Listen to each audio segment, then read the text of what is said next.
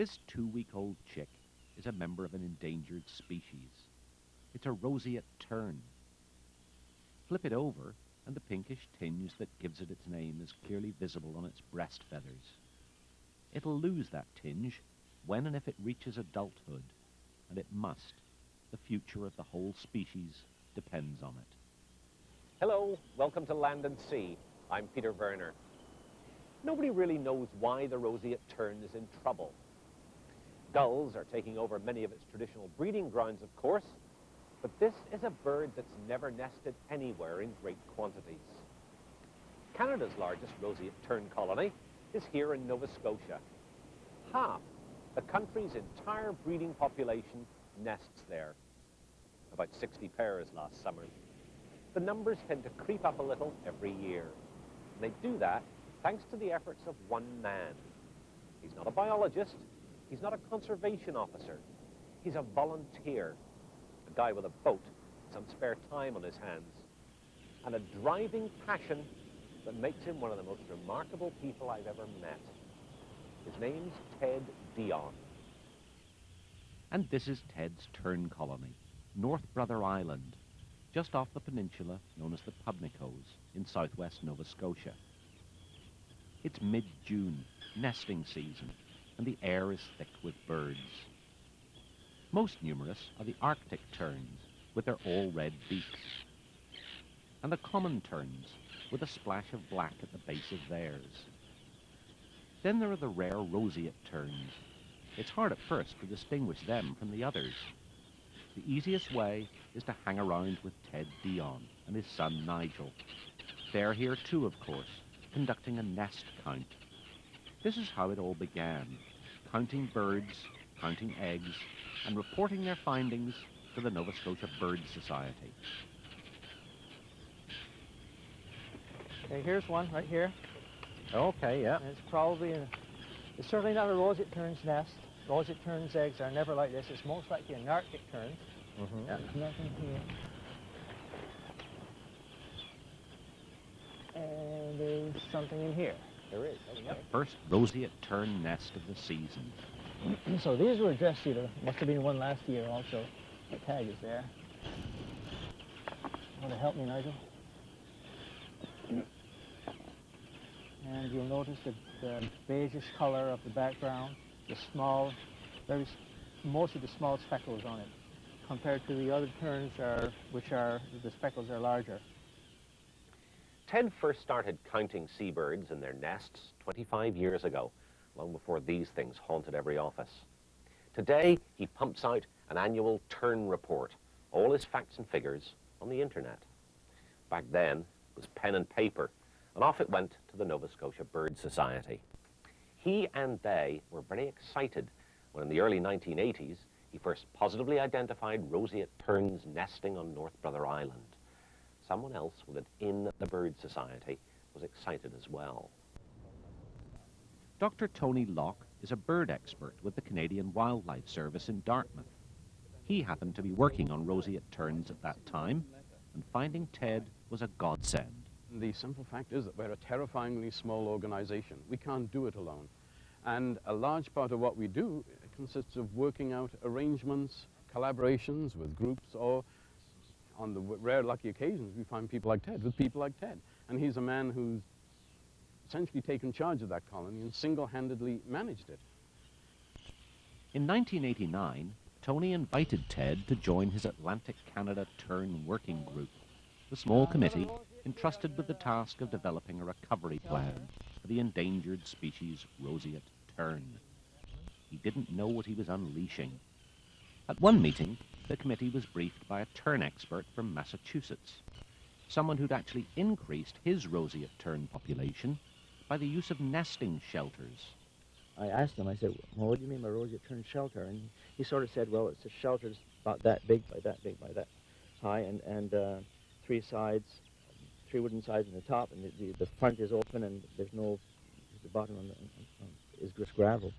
And so that was the dimension I got, you know. So for the next year, I got, I think, 10 or so made, and I put them up, and it worked.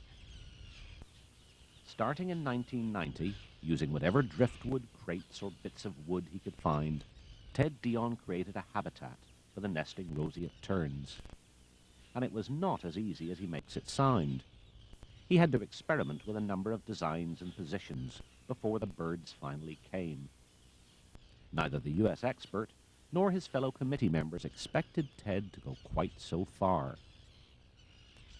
It's just something I figure I could do. I'd like to try. I'd like to see how it can impact the colony if it can do anything. And it was sort of, you know, you won't know unless you try type of thing.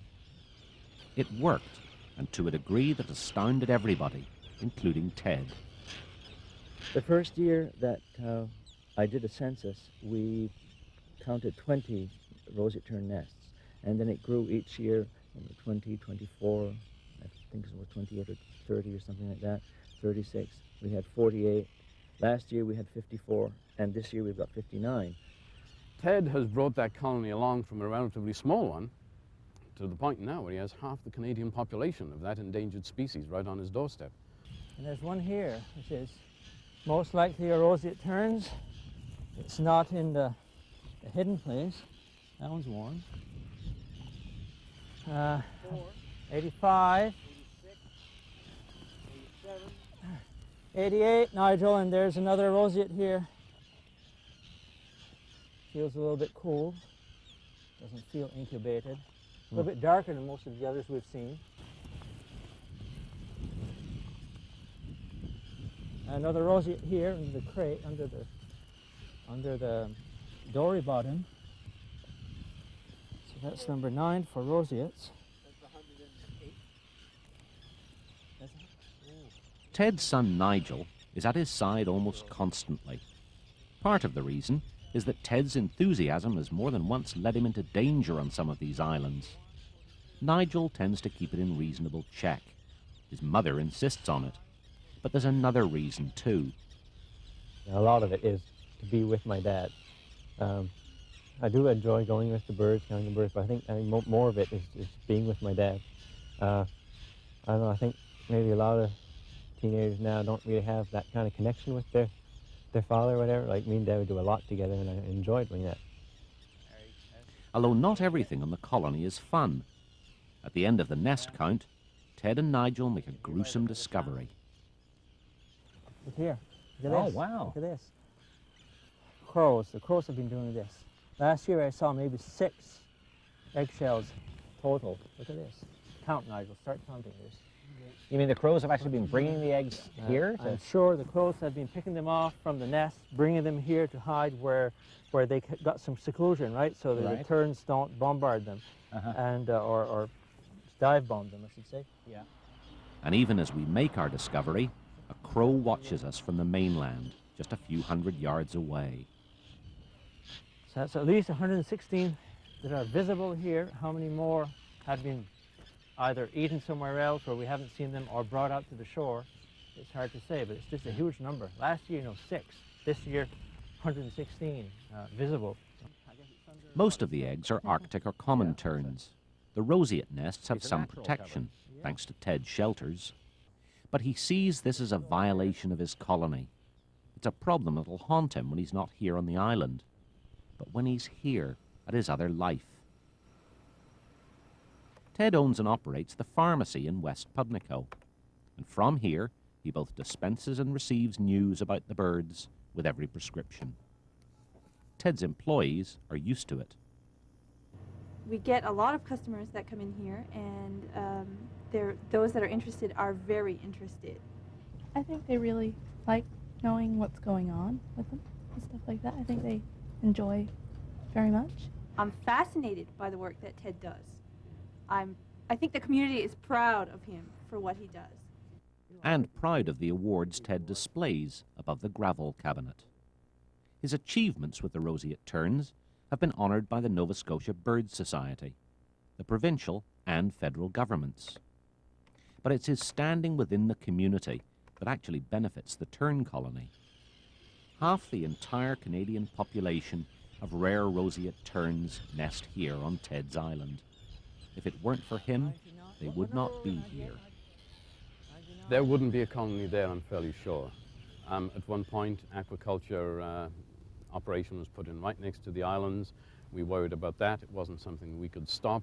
I think Ted's presence, him being a long-time member of that community, he was able to win the support of the people who are operating that facility to make sure it's run appropriately. It actually went farther than that. The aquaculturists have become an extra set of eyes and ears for Ted. So Roger, what about the crows? Have you seen any crows around the area? There was some activity on the island, and I keep an eye on it. Yeah. And I seen a crow coming from land here.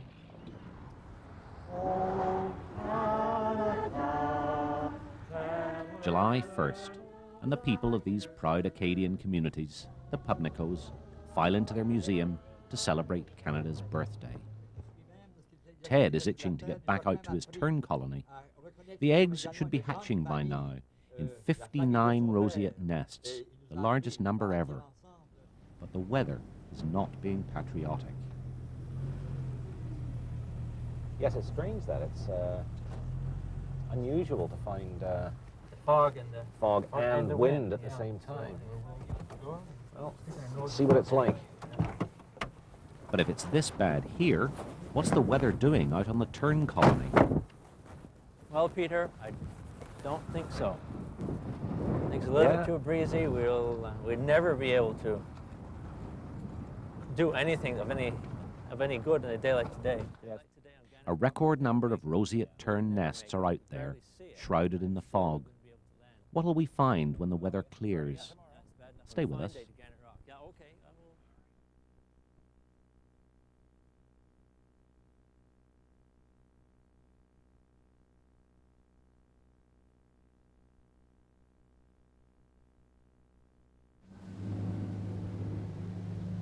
Canada Day week was a washout, literally.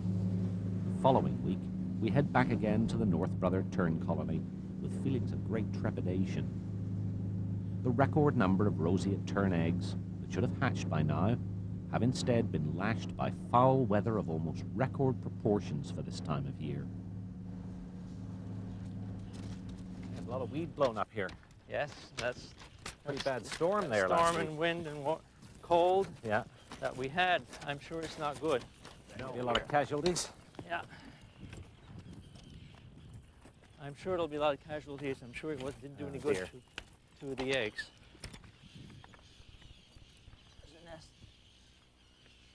That one's dead. That one's no good at all. You can hear it shake. Yeah. So that's no good. That's a bad one. Probably damaged by the cold. Here's another nest with a dead roseate chick in it. Oh. Okay, there are more. There's a dead one here. And it's not a roseate, because the roseate has those dark or black legs. This is either common or an Arctic. It's got the very red I'm beak not too. sure, yes. It may well be an Arctic tern. Oh, and there's another one right here. Alive. Oh, it's alive. Probably its sibling, right? Yeah. Oh, yeah. So that one's okay.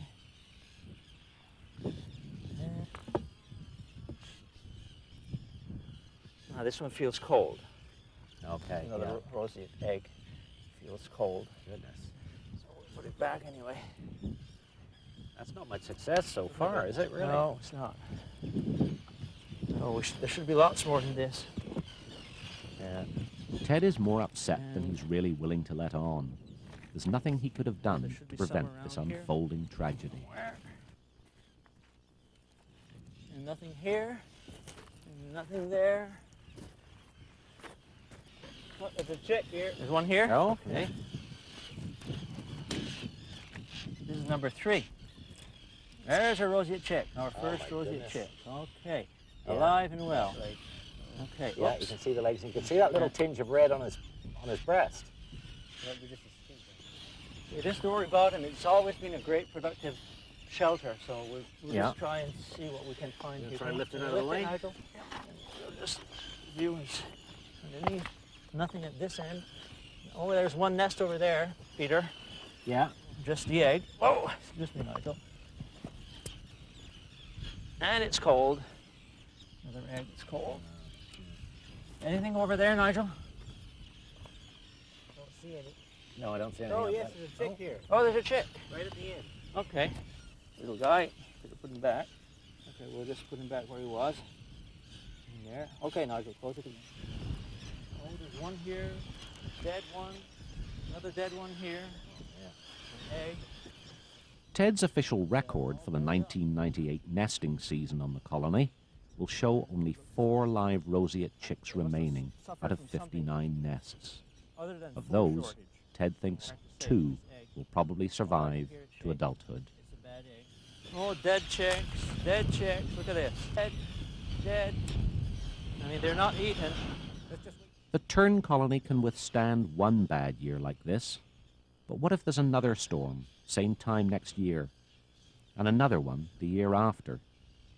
Ted can't think about things like that. There's always got to be hope. Oh, there's another dead one over here. Right here. But it's not dead. It's not dead. It's look at its foot. What is that tied to? Oh my goodness. Oh, it's just a plant. It's not a roseate chick. It's a common or Arctic tern, insignificant among the priorities of the colony, but a life nonetheless. I don't know. It's blocked circulation completely. Yeah. I'm not sure how to unwrap that. It's just a plant. Plant fiber. Nigel, can you help me? Hold him? Yeah, hold him. Snip it off right there. Let's see if I can untwirl it here. It's all twisted. Oh, it's even bleeding underneath. Okay. Your leg is free, mister. But gee, I don't know if it's going to work. Look at that, Peter. He's been there for a long time. Yes. Anyway, it's free now. Just put it back, Nigel. Yep. You got it all off the... Yeah, I got it. There's nothing more that Ted and Nigel can do here, not this year. Next year's priorities? Tackle that crow problem and pray for better weather. For the rest of this summer, Ted has other projects to deal with. This is Gannet Rock, 12 miles offshore. Gannets haven't nested here for over 100 years. With Ted's help, they'll start again. Ted and I sat down, God, must have been more than a decade ago, chatting about what sort of the wouldn't it be wonderful type scenarios. And one of the wouldn't it be wonderful type scenarios was, wouldn't it be wonderful if we could turn the clock back to the 19th century and there were gannets breeding on Gannet Rock again. And in the course of conversation, up came the topic that, well, why not try? Ted's cousin Lester Dion and his friend Kendrick D'Entremont are among those who help him with this project. It's a difficult and dangerous place to land. Ted tried it alone once. He slipped, fell in the water, and almost lost his life. Even with assistance, this is a hard place, this rock, with no in-between. Okay, Ted, get right through. Hang on. Yeah, okay. I'm okay. You okay, Ted? How do you attract gannets to nest somewhere? It's rather like our tourism, really. Convince them that others like it, and they'll come. Ted took photos of real gannets at a real gannet colony in Quebec, and from those he designed the decoys. Now, where are the real paying customers? They've been flying past, closer and closer, in each of the 5 years since Ted started this project. They're obviously interested. Many have landed here and attacked the decoys. These gouges could only have been made by the large bill of a gannet. Ted believes that if the real birds could hear his decoys, they'd stay. He wants a sound system, a solar-powered, continuous play tape recording of a real gannet colony. 2 more gannets in the air? Yep, 2 gannets. 2 gannets just beyond right that there. peak. Meanwhile, Ted's Gannet Rock volunteers continue to service their mute decoys. 51 carefully crafted fiberglass and foam sculptures adorn this rock, the results of a decade-old casual conversation with a man from the Wildlife Service. Once again, I mean, I would suggest you took his suggestion and Went overboard. Well, it sort of looks that way, but again, it just grew. This year's our 5th year, so we've added a few each year. So it hasn't really been a huge production. But there's more to come. Another offshore island has attracted Ted's attention. Green Rock. Puffins nest here, but how many and exactly where? In a year or two, Ted, Dion and his son Nigel will probably have the answer, and a plan to double the numbers. You know, he calls me his right-hand man, and you know, I like that, you know. And, yeah, so he's sort of a hero, Mark. do you think he's a bit of a hero too? Well, he's the most unassuming hero I've ever met anyway. He certainly doesn't see himself as that, and I think that's one of his charms. He simply gets good satisfaction out of doing a good job. I've been accused of having an obsession before, and I don't think it's an obsession. I'm not always there. I do other things, but some people look at it that way. It's not, though. Peter, over here. There's a black guillemot's nest with a chicken egg.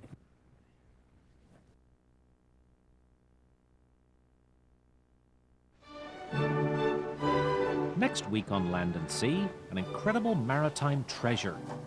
Miles and miles of wild beach. And if we aren't careful, they could be ruined. You try and protect, or at least try and avoid destroying a place like this, more or less for the same reasons as you don't take a knife to the Mona Lisa. Wild beaches. Author Silver Donald Cameron takes us to some of the best in the world, right here in the Maritimes. Next week on Land and Sea.